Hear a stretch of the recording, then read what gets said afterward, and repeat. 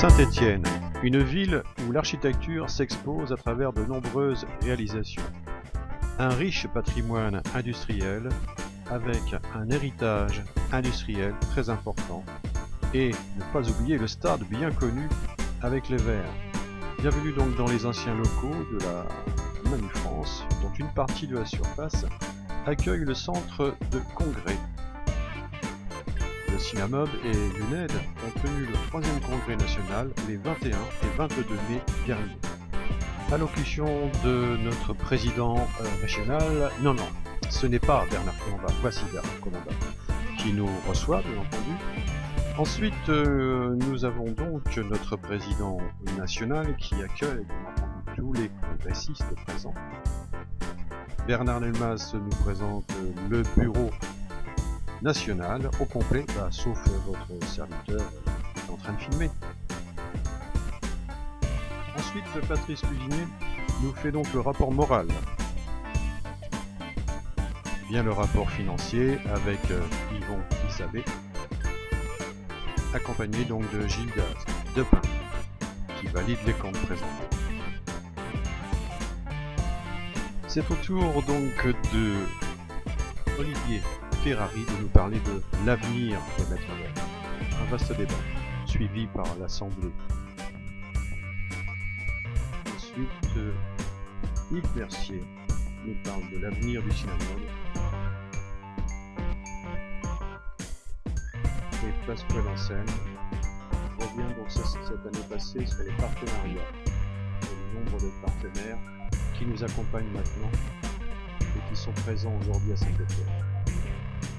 Roger Bergerot nous parle du recrutement et le débat s'installe donc avec les congressistes, avec bien entendu le président national aux commandes. Les questions fusent à travers l'Assemblée présente, les échanges sont tranquilles. On a connu pire, mais ces échanges sont riches et de très bonnes questions sont posées.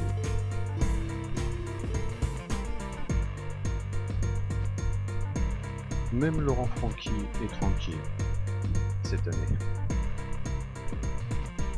Ensuite, un moment important puisque c'est la présentation du livre Les Compas d'Or par Philippe Chauveau. Un livre que vous pourrez retrouver en librairie. Le président est interviewé par la télévision locale. Et l'inauguration donc de Cinexpo en présence de l'adjoint au maire de Saint-Étienne, Monsieur Denis Chambe.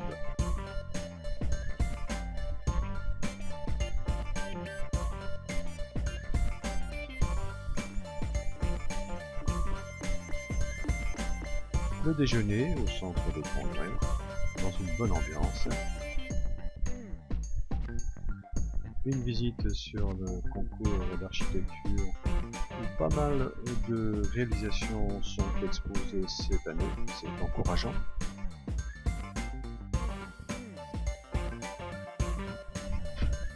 Premier forum organisé donc par l'UNED avec comme thème comment le numérique va faire évoluer notre métier, de nouvelles techniques pour de nouveaux usages, avec Epitech et Sylvain Giraud. Ensuite, notre deuxième débat sur ce forum, c'est l'actualité de l'accessibilité avec Catherine Bachelier et Dominique Millet.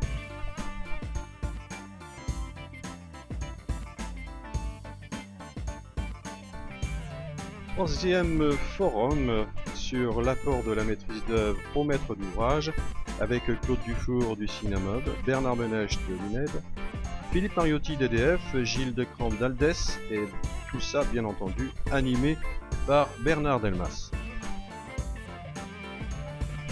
Après ces trois forums, il est temps maintenant de rejoindre l'espace Cinexpo et visiter donc les 72 exposants qui ont donc répondu présents pour ce congrès et pour terminer cette journée du 21 mai.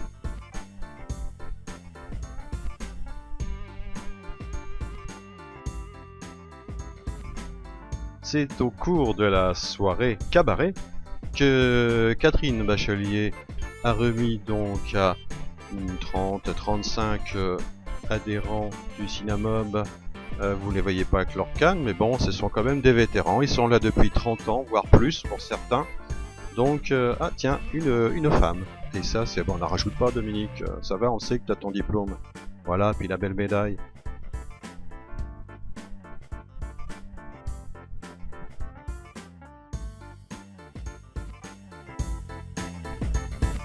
Applaudi, bien entendu, par une foule en délire. De demain, mais qu'il faut... Remise également donc à cette soirée des trophées aux partenaires. Les partenaires qui sont là, ils ont bien mérité également leurs trophées et nous allons les écouter. Vous avez, pour ceux qui l'ont vu, premier bâtiment en verre et notamment avec le premier escalier en verre qui a été fait. Aujourd'hui, c'est le plancher du premier étage de la Tour Eiffel qui est réalisé de cette manière-là. Et une très belle surprise que nous a fait le Cinnamome. Et ça récompense effectivement deux choses au titre de notre village Saint-Gobain où on en a derrière vous en fait une table numérique qui permet de retracer les 350 ans puisque nous fêtons nos 350 ans Saint-Gobain cette année et donc qui permet de retracer toute l'histoire de Saint-Gobain. Et par ailleurs pour Placoplâtre, l'innovation Activaire, c'est-à-dire une plaque qui permet de détruire les composants organiques volatiles, les COV, les polluants de l'air ambiant, donc d'assainir la maison au niveau de sa qualité d'air intérieur. Par principe, nous sommes des innovateurs. Une de nos dernières innovations, c'est l'hydroconfort solaire. C'est une solution hybride, c'est une chaudière condensation couplée à un ballon solaire. Donc la partie chaudière condensation, c'est d'une puissance de 20 kW, couplée à un ballon spécifique avec une architecture verticale d'une capacité de 220 litres. L'idée, c'est une chaudière condensation solaire avec un ou deux capteurs solaires. L'avantage de ce produit, c'est de gérer à travers nos régulations spécifiques la partie chauffage, mais aussi gérer et avoir un confort sanitaire gratuit grâce à cette solution. Alors, je suis très heureux et très fier d'abord de participer à ce nouveau challenge, puisque nous sommes depuis 18 ans partenaires du Cinnamome. Donc l'expérience montre que nous avons besoin de travailler en parfaite harmonie avec vous, avec vos exigences.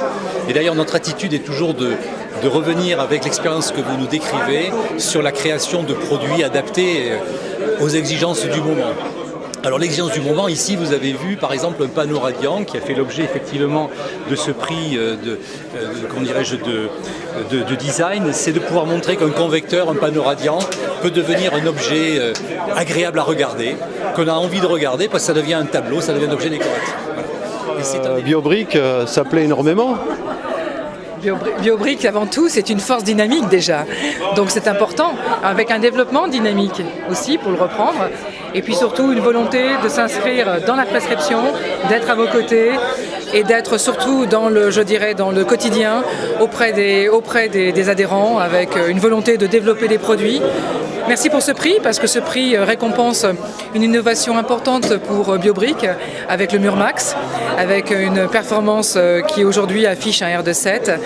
On a déjà commencé à proposer ce produit en réunion avec des membres du Cinnamome. On est ouvert et on est disponible pour, au contraire, encore une fois, renouveler les opérations, être sur le terrain et être aux côtés du Cinnamome. Donc de l'innovation, bon, on va pas dire que c'est une surprise parce que... mais ce que vous présentez sur le stand, c'est vraiment magnifique. Et je pense que c'est unanime. Tout le monde est vraiment surpris de voir un robinet d'une telle beauté. C'est vrai qu'il a été bien dessiné aussi. Il a été bien dessiné par un grand monsieur du design qui s'appelle monsieur Philippe Stark. Donc c'est pas le premier venu.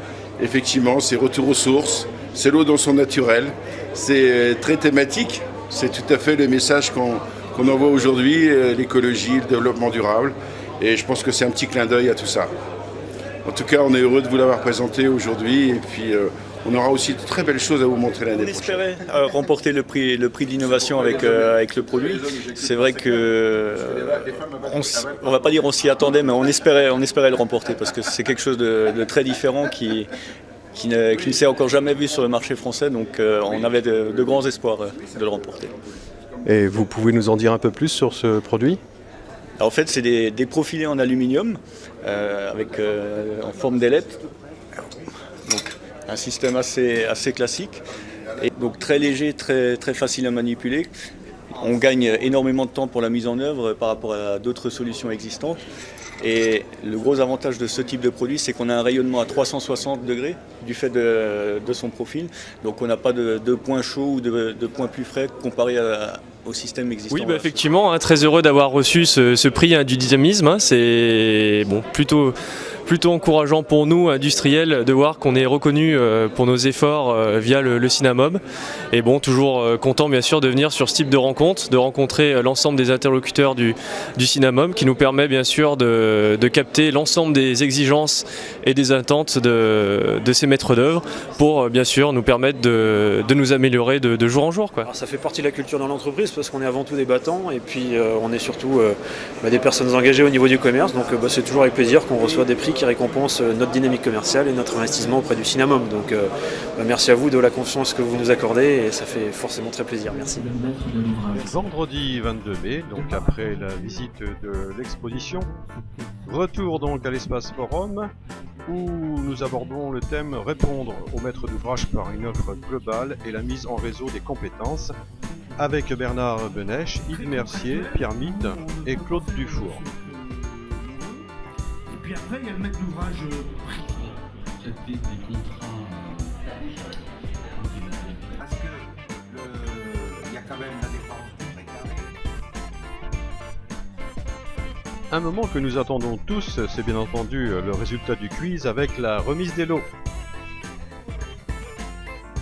Retour donc dans l'amphithéâtre avec une invitation de l'UNED, Jean-Gabriel Cos, qui vient nous parler de l'étonnant pouvoir des couleurs. Nous allons l'écouter. Je viens vous parler exactement de ça, de l'importance de la couleur, notamment en architecture, parce qu'il faut savoir qu'en Occident, depuis une vingtaine d'années, il n'y a jamais eu aussi peu de couleurs que chez nous. Si vous regardez nos parents, nos grands-parents, il y avait des couleurs partout, c'était vraiment très très coloré. Et là, on est dans un monde achromatique et de nombreuses études prouvent que c'est une catastrophe. On est beaucoup plus déprimé, on travaille moins bien, on se relaxe moins bien. Et la règle de dire on met du blanc comme ça on ne fait pas de faute, pour moi c'est la plus grosse faute. Pour terminer donc ce congrès, la séance plénière, le thème des maîtres d'ouvrage et si l'on pensait un peu à eux, avec Claude Dufour, Bernard Benech, Pierre Mitte, Philippe Klein, Philippe Estingois et Serge Massy. C'est pas hier, ça c'était hier. Et il y avait des maîtrises d'ouvrage public, c'est quelque chose qui est difficile à... Dire qu'on est très heureux de vous accueillir, qu'on est gala très attaché avec bien également entendu Monsieur le maire qui nous a rendu visite, Monsieur Perdrier, maire de Saint-Étienne. Et l'ambiance était bien entendu au rendez-vous avec non c'est pas le président de la région, c'est bien le chanteur du groupe qui a bien animé cette soirée avec Miguel et Cristiano et sans oublier Christelle, Aldo, Johan et Gilles.